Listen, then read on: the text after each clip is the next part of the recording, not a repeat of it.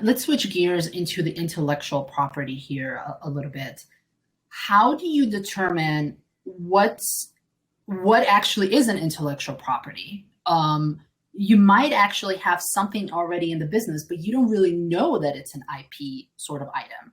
How do you identify whether you have it, and if you don't have it, how do you develop it? I know this is probably a loaded topic, but I would like us to talk a little bit more about this. And I'm happy to talk about this. I'm not an attorney, so I'm not speaking from a legal perspective. I'm speaking from a management perspective and someone who helps people position their company for sale. So, with that disclaimer, I will say that one really smart move is to find a good IP attorney, somebody who will identify the assets in your business and will help you identify what you can build.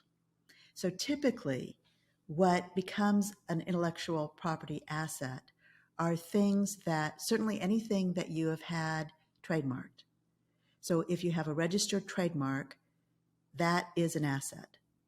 And if you have other things that have not gone through that process, but you're using the trademark symbol, sometimes those can qualify as assets as well. And it may be worth going through the regulatory process of getting a registered trademark or a service mark if you're a service company.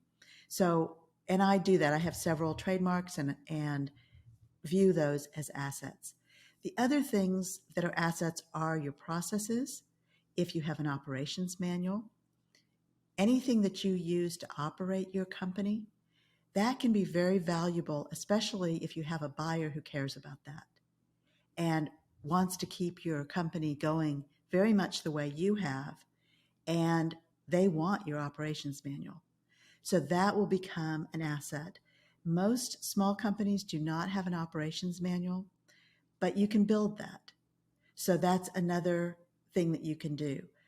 Also, photographs, videos, things that you're posting on social media, things that you've written, anything that is copywritten is an asset.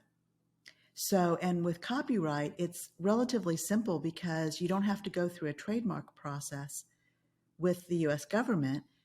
You label things as copyrighted and you are automatically protected. So, those are all assets.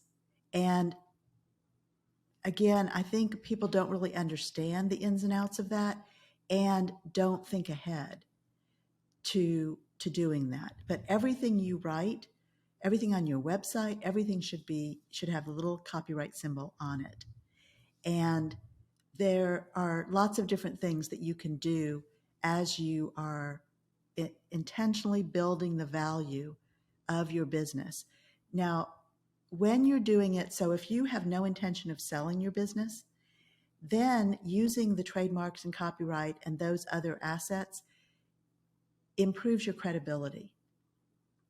Sometimes your visibility. So all of those things will help you as you're growing your company, but they're critical if you want to sell your company.